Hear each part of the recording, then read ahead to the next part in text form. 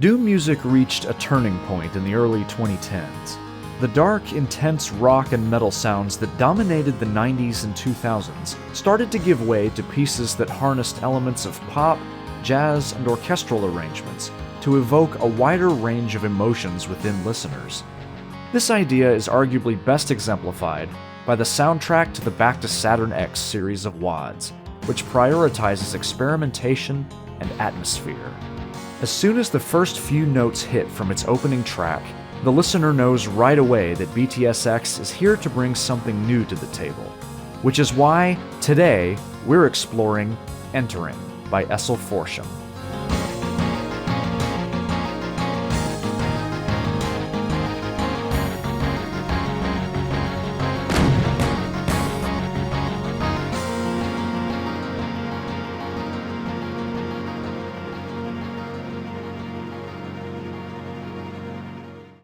Esselfortium wrote Entering using the programs Reason and Sakaiju. The track accompanies the very first level of Back to Saturn X Episode 1, Get Out of My Stations, which was released in 2012. According to the WAD's release thread, Essel had hardly done any composing for General MIDI before BTSX.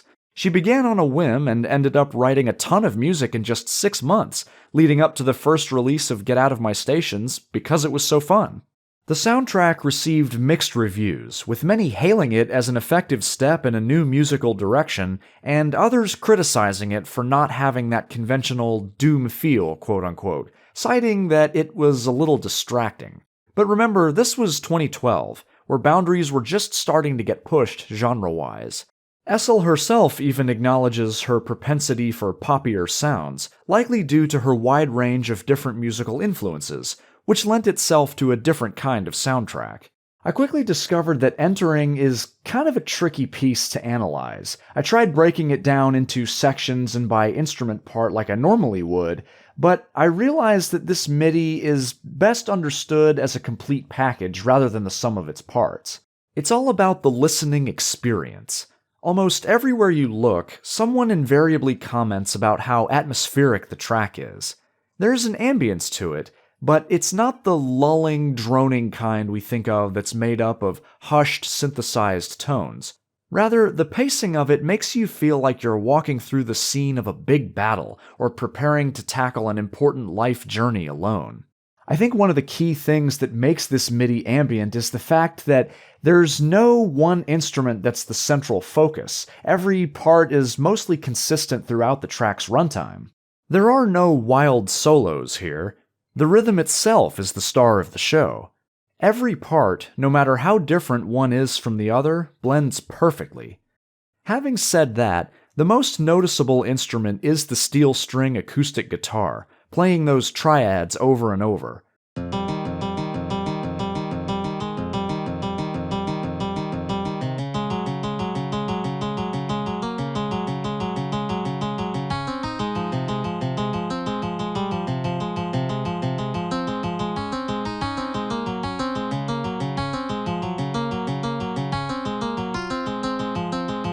Meanwhile, a softer nylon guitar layered underneath echoes this part.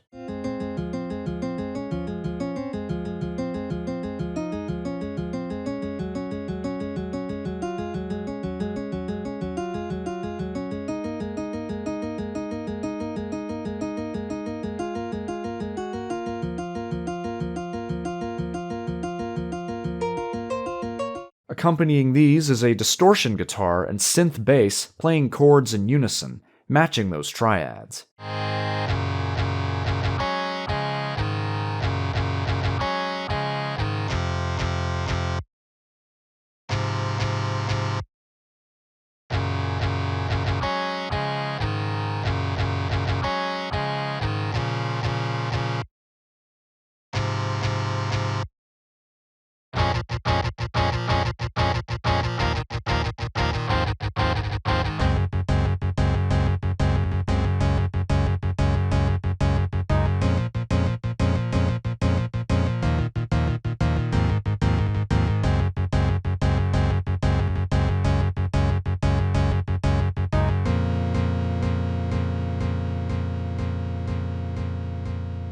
Funny enough, as guitar-heavy as this piece is, there aren't many effects like vibrato or sustain used here, which I think helps give the track a more retro vibe, contributing to that nostalgia that many listeners mention.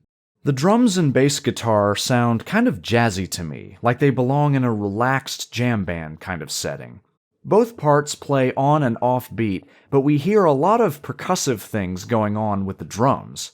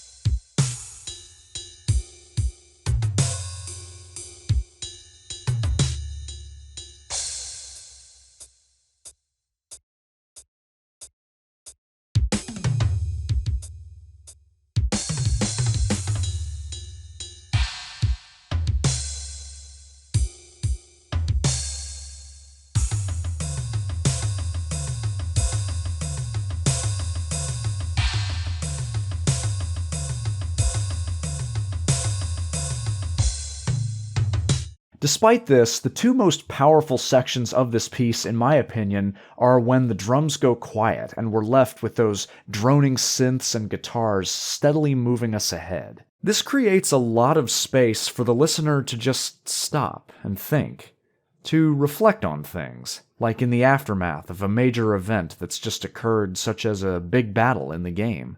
Near the end, as the guitars fade away, the slow strings hold down the low end, while the tremolo strings play an octave higher.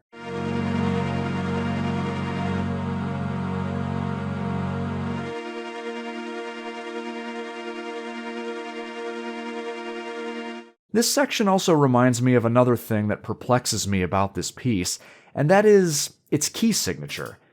I used to think it was in F minor because that's the first chord we hear at the start. But of course, a lot of times the first chord we hear in a piece isn't that piece's tonic or root chord. Now I believe it's in B flat minor. At 36 seconds in, this is when the piece sounds like it resolves to me.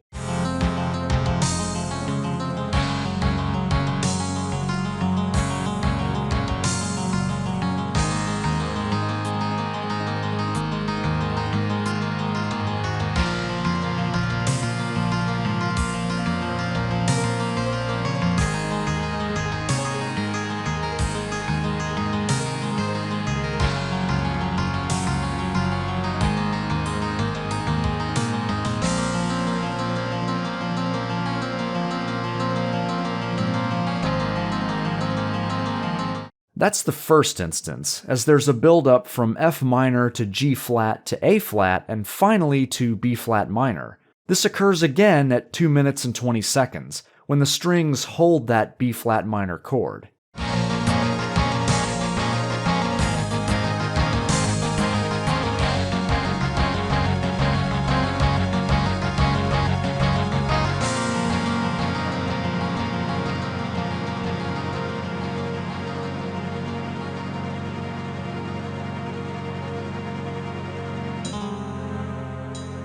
The chord of G flat major, which is in the B flat minor key, gets used a lot in this piece, as well as dissonant variants of it, more than if it was just accidental. Again, it's tough to determine because the melody doesn't really lean into one chord more than another. If we had a section with an identifiable solo, for example, it might be easier to tell, but that's just not the case here.